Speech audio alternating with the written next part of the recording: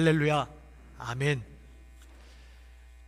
말씀드렸던 대로 에스더의 이야기는 우리의 삶과 참 많이 닮았습니다. 다른 성경과 달리 에스더 이야기에는 하나님이 직접 등장하셔서 기이한 이적을 베푸시는 그런 장면들은 등장하지 않습니다. 심지어 하나님의 이름조차 등장인물들 입술에서 거론되지 않습니다. 우리의 삶과 참 닮았다 생각되지 않으십니까? 우리 삶 속에서도 하나님을 직접 뵙거나 기이한 이적이 베풀어지는 것을 목격하는 일은 다른 성경들과 달리 참 드뭅니다. 심지어 일주일을 살아가는 우리들의 삶의 현장은 하나님이 계시지 않는 것 같이 느껴지는 그런 자리일 때가 많습니다. 그런데 역설적으로 에스더 이야기는 하나님이 살아계시고 이 역사 속에서 개입하시고 일하시는 하나님이시라는 사실을 가장 강력하게 증언하는 이야기입니다. 오늘 본문 6장을 읽으셨지만 읽은 내용을 제가 다시 반복하지는 않겠습니다. 가만히 들여다보면서 무엇을 발견하게 되십니까?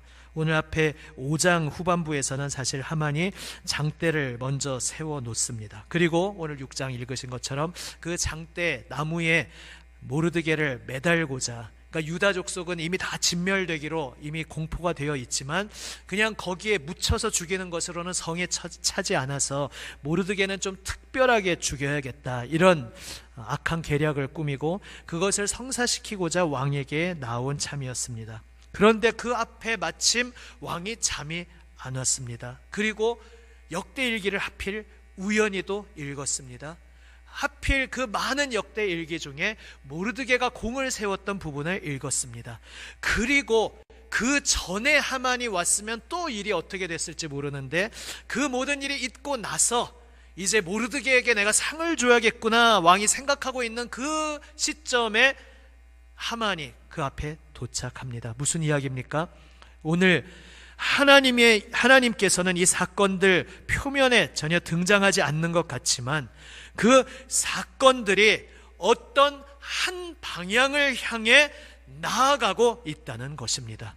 우연히도 순서도 딱딱 들어맞습니다. 하필 그 순서대로 일이 전개되었기 때문에 어떤 한 목적을 위해서 이 모든 사건들이 작용하고 그 목적을 위해 모든 사건들이 섬기고 있다는 것을 보게 됩니다. 우연처럼 보이지만 그러나 그 속에서 하나님께서 일하고 계셨다는 것을 에스더는 침묵 속에서 그러나 큰 외침으로 증언하고 있습니다. 이것을 섭리, 좀 쉽지 않은 단어지만 섭리라고 부릅니다. 모든 사건 속에서 하나님께서 일하신다는 고백입니다. 그런데 우리 기독교인들이 섭리를 고백하면서 섭리에 대해서 오해하는 경우도 종종 있습니다. 섭리란 어떤 것입니까? 첫째로 섭리는 다른 사람을 판결하고 정죄하기 위해 휘두르는 재판봉 같은 것이 아닙니다. 우리 기독교인들이 때때로 저지르는 실수 중에 하나가 그런 것입니다. 우리 가운데 어떤 사람이 시련을 겪을 때 이렇게 생각하는 잘못을 저지르곤 합니다. 그 사람 까불더니 하나님이 치셨구나. 좀 정신 차려야 돼. 그 사람이 지금 그런 시련 당하는 건 하나님의 섭리야. 이런 식으로 혹 우리가 이야기한다면 그것은 섭리를 잘못 사용하고 있는 것입니다. 요한복음 9장 말씀에서 날 때부터 소경으로 태어난 이를 바라보면서 제자들이 묻습니다. 저 사람이 소경으로 난 것이 자기 죄 때문입니까? 그 부모 죄 때문입니까? 하지만 주님은 뭐라고 대답하십니까? 이 사람의 죄나 그 부모의 죄 때문이 아니다. 이것은 하나님께서 그에게 하시고자 하는 일을 나타내기 위한 것이다. 하나님이 섭리하신다는 고백은 다른 사람의 인생을 판단할 때 사용하는 말이 아닙니다. 우리가 그의 인생에 대해, 한 사람의 인생에 대해 무엇을 알 수나 있다고 감히 하나님이라도 된 양 판결 망치를 휘두를 수가 있겠습니까? 재판관은 오직 하나님이십니다. 야고보서 말씀입니다. 형제들아 서로 비방하지 말라. 형제를 비방하는 자나 형제를 판단하는 자는 곧 율법을 비방하고 율법을 판단하는 것이라. 내가 만일 율법을 판단하면 율법의 준행자가 아니요 재판관이로다. 입법자와 재판관은 오직 한 분이시니 능히 구원하기도 하시며 멸하기도 하시느니라. 너는 누구이기에 이웃을 판단하느냐. 아멘. 두 번째로, 하나님께서 섭리하신다는 것은 우리 인생에 시련이 전혀 찾아오지 않는다는 것이 아니라 시련에도 불구하고 그 속에서 하나님께서 그의 뜻을 이루신다는 말씀입니다. 요한복음 9장에서 보았듯이 소경은 커다란 시련 가운데 태어났습니다. 하지만 거기에는 그를 벌하시려는 하나님의 의도가 있는 것이 아니었습니다. 하나님을 떠나 있는 이 세상 속에서 시련은 우리에게 때때로 닥쳐오곤 합니다. 하지만 중요한 것은 그 모든 시련조차 하나님의 손에 붙잡혀서 하나님의 선하신 도구로 사용될 수 있다는 것입니다. 그래서 시련 속에 무엇이 있습니까? 우리에게 하나님의 손길을, 선하신 손길을 나타내시려는 하나님의 뜻이, 하나님의 마음, 하나님의 방향성이 시련 속에 있다는 것을 우리는 기억해야 합니다. 에스더와 모르드게에게, 모든 유다 백성에게 시련이 닥쳐왔습니다. 죽음의 위기, 혹독한 시련이 닥쳐왔지만 그 모든 사건 속에서 결과적으로, 오늘은 이제 6장만 읽었습니다만 나중에 오후에 또 7장도 저희가 함께 볼 것입니다. 결국 하나님께서 무엇을 행하십니까? 그 모든 사건 속에서 하나님께서 그 백성을 향한 하나님의 선하신 손길을 나타내셨습니다. 이것을 로마서 8장은 이렇게 말씀합니다. 우리가 알거니와 하나님을 사랑하는 자, 곧 그의 뜻대로 부르심을 입은 자들에게는 모든 것이 합력하여 선을 이루느니라. 아멘. 셋째로, 섭리의 목적인 하나님의 뜻은 우리를 하나님의 형상으로 빚어 가시는 것입니다. 요한복음 9장에서 소경에게 나타내신 하나님의 일이 무엇입니까? 하나님의 일을 나타내고자 하십니다 하셨는데 하나님의 일을 무엇을 나타내셨습니까? 우선은 그의 눈이 열려서 그의 인생에 하나님의 빛이 들어온 일을 하나님께서 행하셨습니다. 그런데 거기에 멈추지 않습니다. 결국은 더 나아가서 그에게 역사하신 하나님께서 영광 받으시는 일이 일어났습니다. 또한 예수님이 어떤 분이신지 밝히 드러내게 되어서 예수님께서 영광 받으시는 일이 일어났습니다. 그런데 또 여기에 멈추지 않습니다. 거기에서 더 나아가 소경이었다가 보게 된 그 사람이 무엇을 행하게 됩니까? 유대인들이, 온 세상이 적대적으로 그를 공격함에도 불구하고, 그래서 내가 지금 예수님 편에 섰다가는 지금 기껏 눈이 열려서 정말 처음으로, 인생 처음으로 내가 가족과 사회에 편입할 수 있게 되었음에도 불구하고 예수님 편에 서는 순간 그것을 다 잃어버릴 수 있었는데, 다 잃을지라도 오직 예수님을 담대히 증언하며 예수님 앞에 엎드리는 그러한 역사가 일어났습니다. 결국 하나님께서 나타내신 그분의 일은 그 한 사람을 온전한 믿음으로 인도하시는 일이었습니다. 에스더 이야기에서 하나님께서 이루신 일이 무엇입니까? 우선은 원수의 공격으로부터 그의 백성을 구원해 주신 일입니다. 그러나 거기에 멈추지 않습니다. 더 나아가 하나님께서 살아계시며 역사를 주관하신다는 것을 나타내시고, 그리하여 하나님께서 영광 받으시는 일이 일어났습니다. 그런데 가만히 들여다보면 또 중요한 일이 하나 있습니다. 이 이야기에서 결코 빠뜨릴 수 없는 중요한 것이 하나 있습니다. 이 모든 사건들을 통해서 에스더가 하나님의 손길로 빚어져 갔다는 사실입니다. 처음에는 두려워하며 환경 탓을 하며 움직이려 하지 않았던 그가 모르드게의 말을 듣고 다시 정신을 차리고 왕후가 된 것이 바로 이때를 위함이 아니겠는가 깨닫고 죽으면 죽으리이다 고백하면서 하나님께 모든 것을, 나의 생명, 나의 인생 모든 것을 맡기며 주님의 뜻을 위해 나아갔습니다. 바로 이것이 하나님께서 행하신 일입니다. 에스더를 온전한 믿음으로 인도하시고 그를 변화시키신 일, 그를 빚어가신 일이 바로 이 모든 사건들 속에서 하나님께서 행하신 가장 중요한 일 중 하나인 것입니다. 로마서 8장을 앞서 읽었습니다. 모든 것이 합력하여 선을 이룬다라고 할 때 그 선이 무엇입니까? 로마서 바로 그 다음 말씀에 나오고 있습니다. 한번 자막을 보시면서 8장 29절 상반절까지 나와 있는 부분까지만 한 목소리로 함께 읽습니다.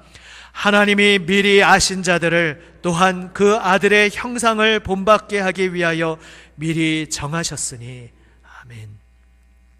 하나님께서 모든 것 합력하여 선을 이루게 하시는데, 다시 말해서 우리 인생 가운데 벌어지는 모든 일들, 때로는 우리가 반가워하는 일들, 하지만 때로는 우리가 맞닥뜨리고 싶어하지 않는 일들, 다양한 일들이 우리 인생 가운데 일어나는데 그 모든 사건들이 한 가지 목적을 위해서 다 합쳐져 합력하여 선을 이룬다, 목적을 이룬다는 것입니다. 그 선은 바로 하나님께서 품으신 하나님의 선하신 목적이요, 그 하나님의 목적은 무엇이냐? 하나님의 그 목적은 바로 우리를 예수님의 형상대로, 하나님의 형상대로 빚어 가시는 일인 것입니다. 바로 이것을 로마서 8장이 우리에게 들려주고 있습니다.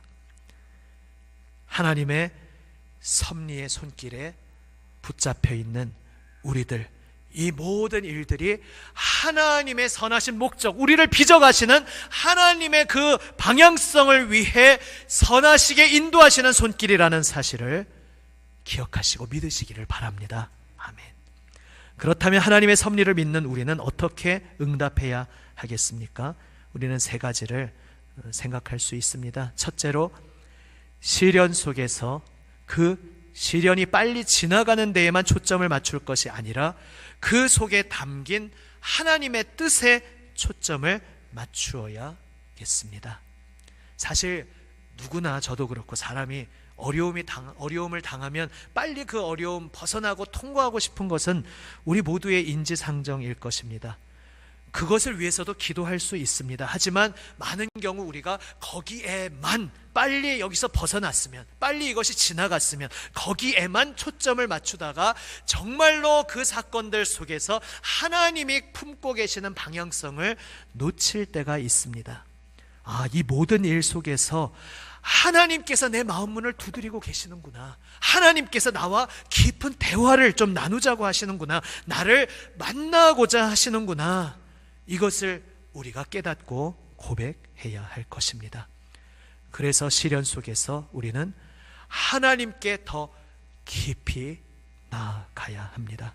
하나님 앞으로 나아가 그분 앞에 엎드려 조용히 하나님 음성에 귀 기울이는 시간을 시련 속에서, 오히려 시련 속이기 때문에 놓치지 않고 붙잡는 우리 모두가 되시기를 바랍니다. 아멘. 두 번째로, 두려움과 초조함 속에 나의 생명과 인생을 내 손에 붙들고 있지 말고 죽으면 죽으리이다 라는 고백으로 내 생명과 내 인생을 다 주님 손에 맡겨야겠습니다. 무엇인가를 두려워하며 주저앉아 있으려 하던 우리의 마음을 다 이제는 주님 손에 드리기 원합니다. 혹 우리 가운데 원치 않던 일 때문에, 그 일이 일어난 것 때문에 실망하고 낙심한 수렁에 잠겨 있었을지라도, 혹은 정말 이거는 내가 용서할 수 있는 문제가 아니야, 그런 용서할 수 없는, 용서하기 힘든, 분노케 하는 그런 일들을 당하여서 분노와 용서하지 못함의 수렁에 빠져 있으셨을지라도, 혹은 모든 일들 속에서 야, 내 인생 보니까 이건 하나님 못 믿겠다, 하나님이 어디 계시냐, 이렇게 저항하면서 그분 앞에 엎드리는 것을 거부하던 그러한 수렁에 빠져 있었을지라도 그 모든 자리에서 눈을 들어 주님을 바라보는 우리 모두가 되기를 원합니다. 아멘. 세 번째로, 그러한 고백 속에 일어나 주님의 뜻을 따르는 우리 모두가 되기를 원합니다. 순종으로 일어나 움직여야만, 깨달았습니다, 알겠습니다, 내가 감동받았습니다, 은혜 받았습니다, 여기에 멈추는 것이 아니라 움직이기 위해 은혜를 주신 것입니다. 움직이고 순종하고 따르라고 우리의 마음을 움직여 주신 것입니다. 그러므로 순종하여 움직여야 합니다. 순종으로 에스더가 온 생명 내어드리며 나아갔을 때에 에스더의 손에서 떠나 있는 모든 사건들이 기가 막히게 정확한 순서를 따라서 진행되었던 것처럼, 내가 일어나 순종으로 움직일 때 비로소 우리는 하나님께서 내 인생 가운데 살아 역사하고 계시다는 것을 직접적으로 체험할 수 있습니다. 하나님께서 이 모든 사건들 속에서 나를 빚어가시고 있구나, 나를 향하신 하나님의 선하신 목적을 우리는 발견할 수 있습니다. 하나님께서 우리를 향해 놀라운 선물을 예비하고 계십니다. 믿으시기를 바랍니다. 아멘. 그 예비하신 놀라운 선물을 이제 누리는 우리 모두가 되기를 원합니다.